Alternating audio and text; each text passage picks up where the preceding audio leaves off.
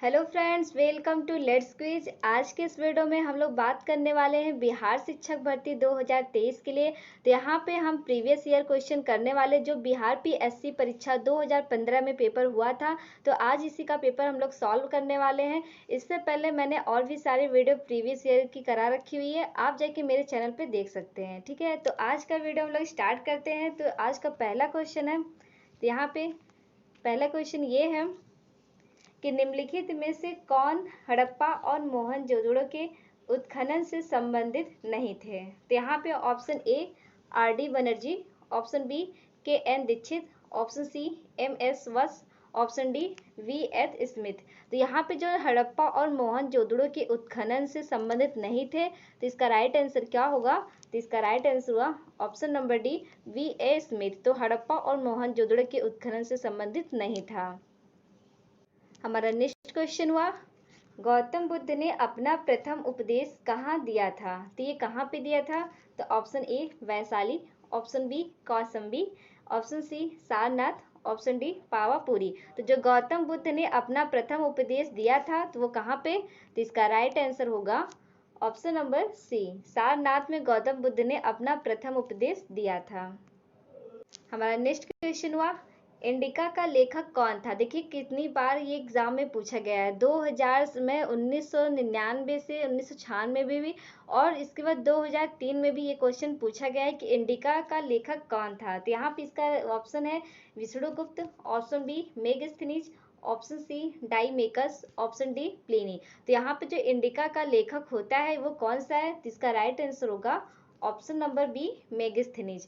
तो यहाँ पे कितनी बार लेखक के बारे में जो नारा मतलब जो आंदोलन स्टार्ट हुआ है वो सब आप याद कर लीजिएगा, और महात्मा गांधी जी का पूरा जीवन परिचय और कितने आंदोलन और क्या हुआ है, चौरी चौरा कांड, जलियांवाला बाग, ये सब क्वेश्चन बार बार रिपीट किए गए हैं और आगे भी आपको देखने को मिलेगा। तो इसलिए इसे जरूर पढ़ के जाइएगा। ठीक है, अब हम चलते हैं नेक्स्ट क्वेश्चन पे। यहाँ पे दिया है कि प्राचीन भारत में नेपोलियन किसे कहा जाता है। तो यहाँ पे किसे कहा जाता है? तो option A Chandragupta Maurya, option B Pushyamitra, option C Kanishka, option D Samudragupta. तो जो प्राचीन भारत का नेपोलियन किसे कहा जाता है? तो इसका राइट आंसर होगा ऑप्शन नंबर डी, समुद्रगुप्त को प्राचीन भारत का नेपोलियन कहा जाता है। अब हम चलते हैं नेक्स्ट क्वेश्चन पे। यहाँ पे हमारा नेक्स्ट क्वेश्चन हुआ, हर्षवर्धन के शासनकाल में किस चीनी यात्री ने भारत की यात्रा की थी। तो यहाँ पे कौन से जो हर्षवर्धन के शासन में चीनी यात्रा जो यात्री था वो भारत की यात्रा की थी। तो यहाँ पे इसका ऑप्शन है Faxian, option B Hiuen Tsang, option C I Tsing, option D Taranath. तो जो हर्षवर्धन के शासनकाल में चीनी यात्री ने भारत की यात्रा की थी, तो इसका राइट आंसर होगा ऑप्शन नंबर बी हेनसोंग ने। हमारा नेक्स्ट क्वेश्चन हुआ, नालंदा विश्वविद्यालय के संस्थापक कौन थे। तो यहाँ पे कौन था? Option A Chandragupta Vikramaditya, option B Kumaragupta, option C Dharmapal, option D Pushyagupta. तो जो नालंदा विश्वविद्यालय के संस्थापक थे, तो इसका राइट आंसर क्या होगा? Option number B Kumaragupta Nalanda विश्वविद्यालय के संस्थापक थे। हमारा नेक्स्ट क्वेश्चन हुआ, 2.5 दिन का झोपड़ा क्या है। तो 2.5 दिन का झोपड़ा जो है वो मंदिर है या मीनार है या मस्जिद है या संत की झोपड़ी है, तो क्या है? तो इसका राइट आंसर होगा ऑप्शन नंबर यहाँ पे ए मस्जिद। तो 2.5 दिन का जो झोपड़ा है वो मस्जिद है। अब हम चलते हैं नेक्स्ट क्वेश्चन पे। यहाँ पे दिया है क्वेश्चन नंबर 8, तुजुक ए बाबरी किस भाषा में लिखा गया है। तो यहाँ पे तुजुक से ही समझ में आ जा रहा है कौन सी भाषा में है। तो option A Farsi, option B Arabi, option C Turki, option D Urdu. तो जो तुजुक ए बाबरी ये किस भाषा में है? तो ये तुर्की भाषा में है। तो जो ये क्या किस में लिखा है? तो तुर्की भाषा में लिखा गया है। हम नेक्स्ट क्वेश्चन पे चलते हैं। हमारा नेक्स्ट क्वेश्चन हुआ, हल्दी घाटी के युद्ध में महाराणा प्रताप की सेना के सेनापति कौन थे। तो option A Amar Singh, option B Man Singh, option C Hakim Khan, option D Shakti Singh. तो जो हल्दी घाटी के युद्ध में महाराणा प्रताप की जो सेनापति कौन थे, तो यहाँ पे इसका ये क्वेश्चन पूछा गया है। तो इसका राइट आंसर होगा ऑप्शन नंबर यहाँ पे सी हकीम खान। हमारा नेक्स्ट क्वेश्चन हुआ शिवाजी की राजधानी कहाँ थी? तो शिवाजी की राजधानी कहाँ पे थी? Option A Raigad, option B Sindhudurg, option C Poona, option D Kolhapur. तो शिवाजी की राजधानी ये कहाँ पे है? तो इसका राइट आंसर होगा option number A Raigarh. Shivaji की राजधानी रायगढ़ में थी। हमारा नेक्स्ट क्वेश्चन हुआ 1857 में भारत का गवर्नर जनरल कौन था? तो यहाँ पे ये पूछा है। तो option A Wellesley, option B Dalhousie, option C Canning, option D Minto. तो जो 1857 में भारत का गवर्नर जनरल कौन था, यहाँ पे ये पूछा है। तो इसका राइट आंसर होगा ऑप्शन नंबर यहाँ पे सी केनिंग। 1857 में भारत का गवर्नर जनरल केनिंग था। हमारा नेक्स्ट क्वेश्चन हुआ किस घटना के बाद महात्मा गांधी ने असहयोग आंदोलन को अपनी हिमालय जैसी भूल बताई थी? तो यहाँ पे कौन सी घटना को? तो option A Chauri Chaura, option B Kheda Satyagraha, option C Nagpur Satyagraha, option D Rajkot Satyagraha. तो यहाँ पे इसका राइट आंसर क्या होगा? तो इसका राइट आंसर होगा option number A Chaura Chauri कांड को महात्मा गांधी ने असहयोग आंदोलन को अपनी हिमालय जैसा भूल बताया था। तो अगर क्वेश्चन में आ जाएगा तो आप इसे चौरा चौरी चौरी चौरा लगा देना। ठीक है, देखिए मैं आपको पहले ही बता दी कि महात्मा गांधी का पूरा जीवन परिचय आप पढ़ के जाइएगा, वो कौन से आंदोलन में और क्या क्या उनके साथ हुआ है और ये भारत देश के लिए क्या क्या किए हैं, ये सारी चीज़ें आप पढ़ के जाइएगा। आपका नहीं तो नहीं 10 नंबर में तो जरूर आपका कवर हो जाएगा। तो इसलिए आप इसे जरूर महात्मा गांधी जी के बारे में आप जरूर पढ़ के जाइएगा। हमारा नेक्स्ट क्वेश्चन हुआ बंग भंग के बाद कौन सा आंदोलन शुरू हुआ था? ऑप्शन ए सविनय अवज्ञा आंदोलन, ऑप्शन बी स्वदेशी आंदोलन, ऑप्शन सी भारत छोड़ो आंदोलन, ऑप्शन डी यहाँ पे असहयोग आंदोलन। तो यहाँ पे यहाँ पे बंग भंग के बाद कौन सा आंदोलन शुरू हुआ था? तो यहाँ पे ये पूछा है। तो इसका राइट आंसर होगा ऑप्शन नंबर बी स्वदेशी आंदोलन। हमारा नेक्स्ट क्वेश्चन हुआ इंडियन नेशनल कांग्रेस की प्रथम भारतीय महिला अध्यक्षा कौन थी? तो option A Shrimati Annie Besant, option B Sucheta Kripalani, option C Sarojini Naidu, option D Indira Gandhi. तो यहाँ पे पूछा है इंडियन नेशनल कांग्रेस के प्रथम भारतीय महिला के अध्यक्ष कौन थे? तो यहाँ पे इसका राइट आंसर होगा option number C Sarojini Naidu. हमारा नेक्स्ट क्वेश्चन हुआ मैडम कामा ने 1907 में प्रथम तिरंगा ध्वज कहाँ फहराया था? तो option A London, option B Paris, option C Moscow, option D Stuttgart. तो जो मैडम कामा ने 1907 में प्रथम तिरंगा ध्वज तो यहाँ पे ऑप्शन नंबर डी स्टुटगार्ट में फहराया था। हमारा नेक्स्ट क्वेश्चन बिहार के कौन से स्थान में गांधी जी ने अपना प्रथम सत्याग्रह किया था? तो option A Champaran, option B Chhapra, option C Bettiah, option D Patna. तो जो बिहार के कौन से स्थान में गांधी जी ने अपना प्रथम सत्याग्रह किया था? तो इसका राइट आंसर होगा ऑप्शन नंबर ए चंपारण में गांधी जी ने अपना प्रथम सत्याग्रह प्रारंभ किया था। हमारा नेक्स्ट क्वेश्चन हुआ यहाँ पे 1922 में गया के इंडियन नेशनल कांग्रेस के अधिवेशन के अध्यक्ष कौन थे? तो option A Chittaranjan Das, option B S N. Banerjee, option C doctor Rajendra Prasad, option D Hakim Ajmal Khan. तो 1922 में गया के इंडियन नेशनल कांग्रेस के जो अधिवेशन के अध्यक्ष थे, तो यहाँ पे इसका राइट आंसर हुआ ऑप्शन ए चित्तरंजन दास। अब हम चलते हैं नेक्स्ट क्वेश्चन पे। हमारा नेक्स्ट क्वेश्चन हुआ 1920 से 22 के असहयोग आंदोलन के दौरान बिहार में प्रचलित मान्यताओं में से एक यह थी कि उनकी जीत होगी क्योंकि गांधी जी ऑप्शन ए धर्म के प्रतीक थे, या फिर ऑप्शन बी एक निपुण राजनीतिज्ञ थे, ऑप्शन सी यहाँ गांधी जी को अंग्रेजी को हराने का तरीका पता था, ऑप्शन डी अंग्रेजी जानते थे। तो यहाँ पे इसका राइट आंसर क्या होगा? ऑप्शन नंबर सी क्योंकि गांधी जी को अंग्रेजों को हराने का तरीका पता था। हमारा नेक्स्ट क्वेश्चन किस क्षेत्र में राहुल सांकृत्यायन 1920 के असहयोग आंदोलन में सक्रिय थे? तो option A Chhapra, option B Delhi, option C Lucknow, option D Patna.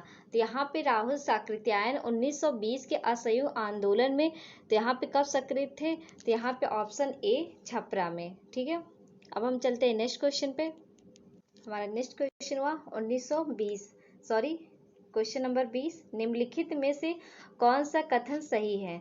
तो ऑप्शन ए 1857 में दरभंगा डूमराव और हटवा के महाराजाओं और उनके साथी जमींदारों ने आदमी और पैसे से अंग्रेजों की मदद की। ऑप्शन बी 1857 में दरभंगा डुमराव और हटवा के महाराजाओं और उनके साथी जमींदारों ने आदमियों से अंग्रेजों की मदद की, पैसे से नहीं। ऑप्शन सी यहाँ पे 1857 में दरभंगा डुमराव, मतलब यहाँ पे 4 ऑप्शन दिया गया है, आप इसे देख लीजिएगा, लेकिन इसका राइट आंसर यहाँ पे सही पूछा कथन तो ऑप्शन ए 1857 में दरभंगा डुमराव और हटवा के महाराजाओं और उनके साथी जमींदारों ने आदमी तथा पैसे से अंग्रेजों की मदद की। अब हम चलते हैं नेक्स्ट क्वेश्चन पे। क्वेश्चन नंबर 21, स्वामी सहजानंद सरस्वती ने भूमि और जल मार्ग के राष्ट्रीयकरण की मांग के साथ अखिल भारतीय संयुक्त किसान सभा का गठन किया।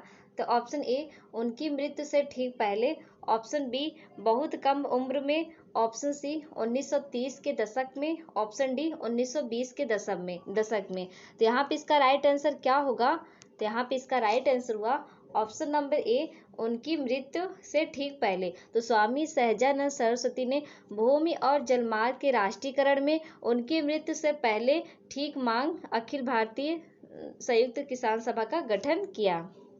हमारा नेक्स्ट क्वेश्चन हुआ किसने दुखी आत्मा दुखी हृदय जैसे यहाँ पे छद्मनामों के तहत लिखकर चंपारण के किसानों की दुर्दशा पर प्रकाश डाला। तो option A Pir Mohammad Munis, option B Rajendra Prasad, option C Sahajanand Saraswati, option D S N. Sinha. तो यहाँ पे इसका राइट आंसर क्या होगा, तो यहाँ पे इसका राइट आंसर हुआ option number A Pir Mohammad मुनीस। हमारा नेक्स्ट क्वेश्चन हुआ किस साल रेगुलेटिंग एक्ट पारित किया गया था। तो यहाँ पे ऑप्शन ए यहाँ पे 1757 ईस्वी में, ऑप्शन बी यहाँ पे ईसा संवत 1765 ईस्वी में, ऑप्शन सी यहाँ पे ईसा संवत 1773 में, ऑप्शन डी यहाँ ईसा संवत 1793। तो जो रेगुलेटिंग एक्ट पारित किया गया था तो वो कब, यहाँ पे ऑप्शन नंबर सी 1773 में। हमारा नेक्स्ट क्वेश्चन हुआ 24, रिक्त स्थानों की पूर्ति कीजिए। नेहरू रिपोर्ट की अध्यक्षता में एक कमेटी द्वारा तैयार किया गया था और इसका विषय था। तो यहाँ पे ऑप्शन ए मोतीलाल नेहरू और जवाहरलाल नेहरू ब्रिटिश साम्राज्य के साथ भारत का रिश्ता, ऑप्शन बी जवाहरलाल नेहरू भारत में स्थानीय स्वशासन, ऑप्शन सी मोतीलाल नेहरू भारत में संवैधानिक व्यवस्थाएं, ऑप्शन डी जवाहरलाल नेहरू भारत में असंवैधानिक व्यवस्थाएं। तो यहाँ पे इसका राइट आंसर क्या होगा, जो रिक्त स्थानों की पूर्ति कीजिए जो नेहरू रिपोर्ट डैश की अध्यक्षता में एक कमेटी द्वारा किया गया था और इसका विषय क्या था, तो इसका विषय था ऑप्शन नंबर यहाँ पे ए। यहाँ पे इसका राइट आंसर हुआ option number A Motilal Nehru और जवाहरलाल नेहरू ब्रिटिश साम्राज्य के साथ भारत का रिश्ता।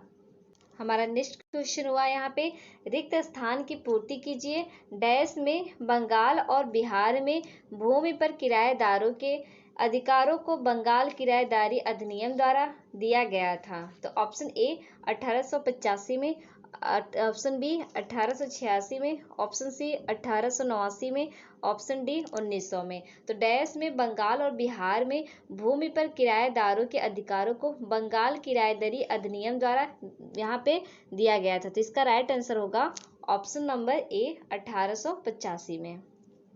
हमारा नेक्स्ट क्वेश्चन हुआ निम्नलिखित में से कौन गोलमेज सम्मेलन 1932 में हुआ था। देखिए अभी नेक्स्ट क्वेश्चन 2011 में पूछा गया था, फिर 2015 में ये क्वेश्चन पूछ लिया। तो ऑप्शन ए पहला, ऑप्शन बी दूसरा, ऑप्शन सी तीसरा, ऑप्शन डी चौथा। तो जो कौन सा गोल मेज सम्मेलन 1932 में हुआ था, इसका राइट आंसर क्या होगा, इसका राइट आंसर हुआ ऑप्शन नंबर सी तीसरा में। तो गोल मेज सम्मेलन 1932 में तीसरे में हुआ था।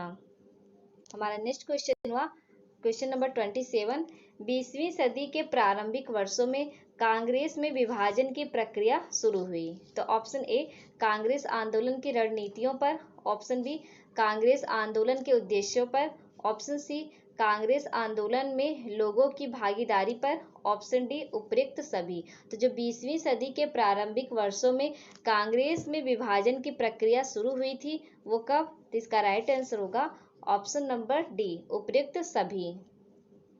हमारा नेक्स्ट क्वेश्चन हुआ कैथरीन मेयो, यहाँ पे एल्डस हेक्सले, चार्ल्स एंडूज और विलियम यहाँ पे डिग्बी के बीच आम रिश्ता क्या था?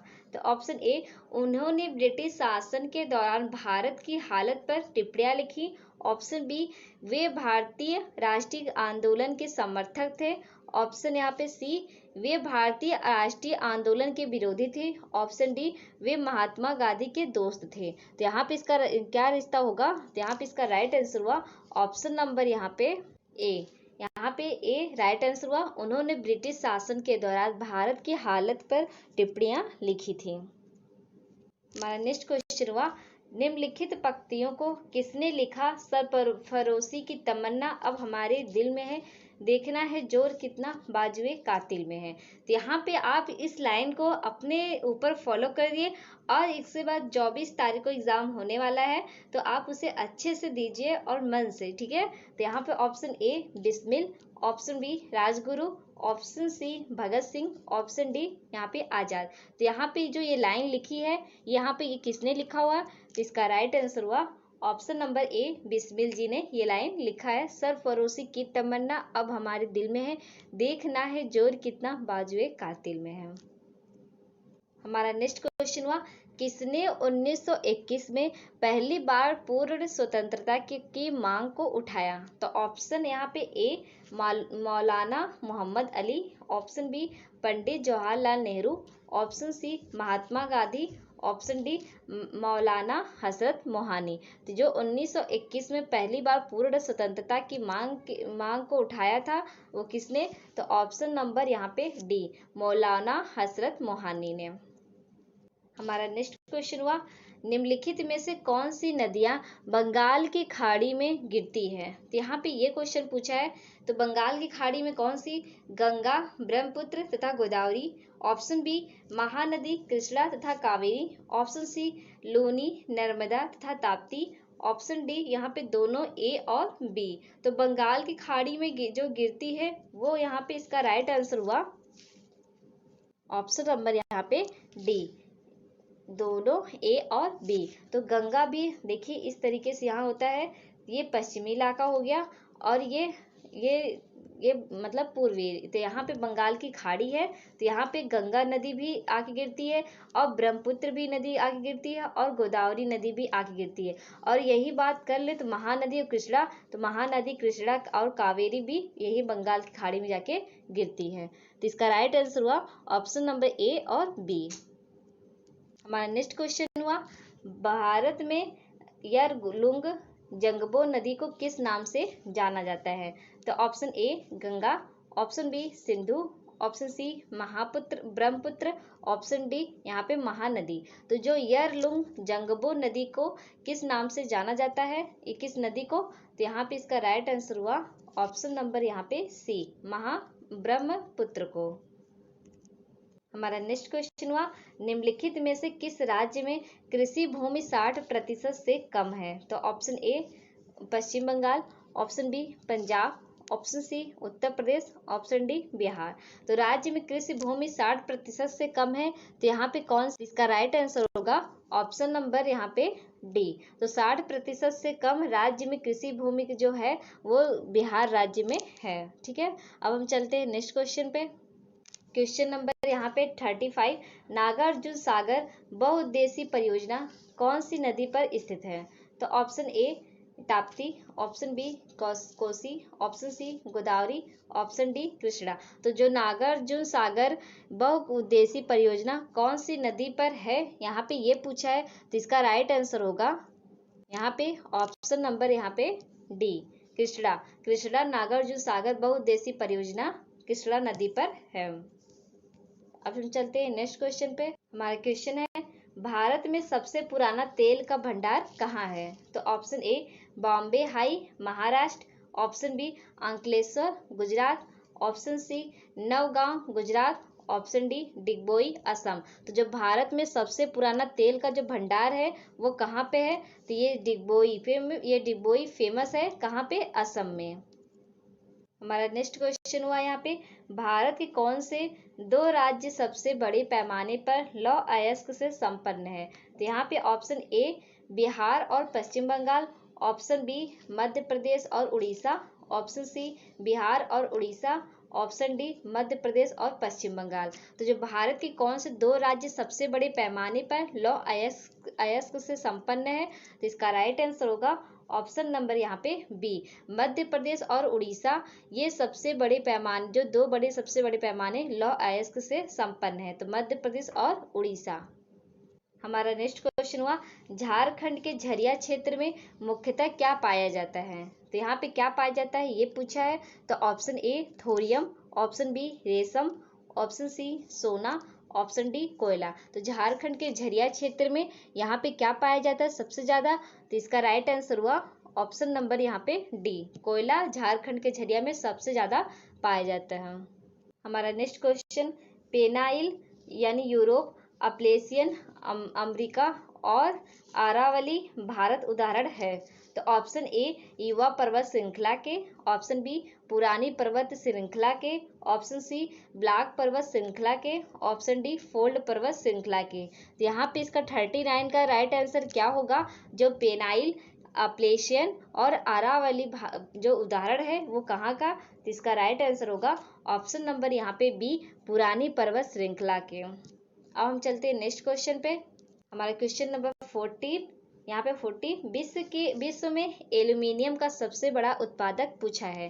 तो option A France, option B Bharat, option C USA, option D Italy. तो जो विश्व में एल्यूमिनियम का सबसे बड़ा उत्पादक पूछा है तो ये कौन सा है देश है यहाँ पे विश्व का ये सबसे बड़ा उत्पादक एल्यूमिनियम का? यहाँ पे ऑप्शन नंबर सी यूएसए।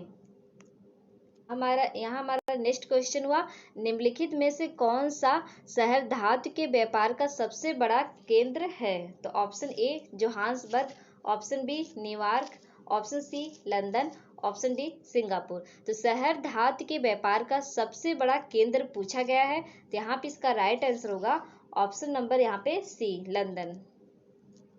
यहाँ हमारा नेक्स्ट क्वेश्चन हुआ, शिशु मृत्यु दर क्या है? तो ऑप्शन ए हर 1000, इसका राइट आंसर ही 4 विकल्प आप पढ़ लीजिए। यहाँ पे देखिए, हर 1000 जीवित जन्मों में से अपने 5वें जन्मदिन से पहले मरने वाले बच्चों की संख्या का अनुपात, और ऑप्शन बी हर 1000 जीवित जन्मों में से अपने पहले जन्मदिन से पहले मरने वाले बच्चों की संख्या का अनुपात। ऑप्शन सी यहाँ पे पूछा है हर 100 जीवित जन्मों में से अपने 5वें जन्मदिन से पहले मरने वाले बच्चों की संख्या का अनुपात। ऑप्शन डी हर 100 जीवित जन्मों में से अपने पहले जन्मदिन से पहले मरने वाले बच्चों की संख्या का अनुपात। तो यहाँ पे शिशु मृत्यु दर क्या है यहाँ पे ये पूछा है, तो इसका राइट आंसर होगा यहाँ पे ऑप्शन नंबर यहाँ पे बी, हर 1000 जीवित जन्मों में से अपने पहले जन्मदिन से पहले मरने वाले बच्चों की संख्या का अनुपात शिशु मृत्यु दर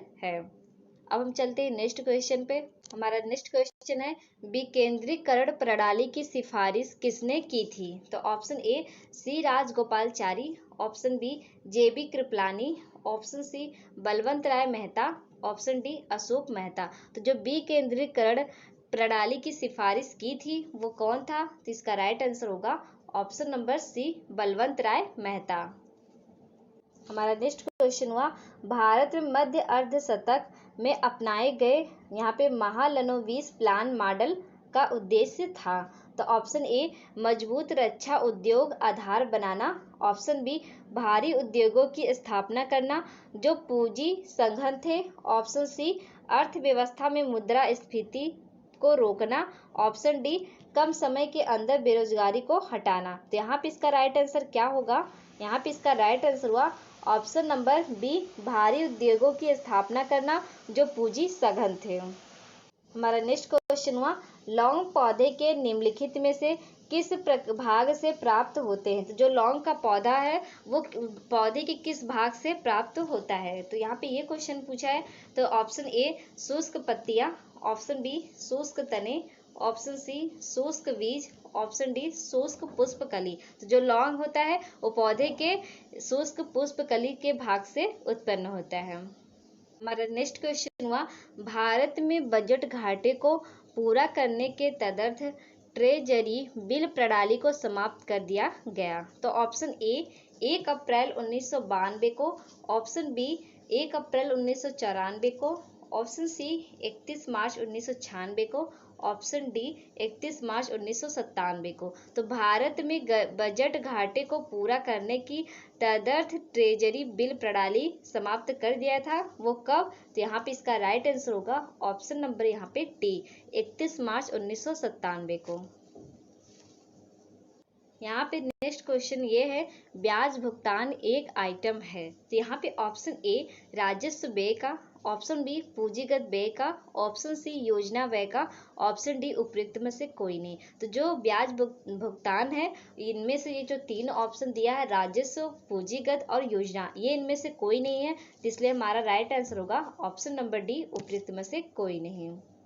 हमारा नेक्स्ट क्वेश्चन हुआ, प्रभावी राजस्व घाटा किस केंद्रीय बजट में पेश किया गया? तो ऑप्शन ए 2010 से 11, ऑप्शन बी 2011 से 12, ऑप्शन सी 2009 से 10, ऑप्शन डी 2012 से 13। तो यहाँ पे इसका राइट आंसर क्या होगा? तो यहाँ पे इसका राइट आंसर हुआ ऑप्शन नंबर यहाँ पे बी 2011 से 12 राजस्व घाटा जो केंद्रीय बजट में पेश किया गया था।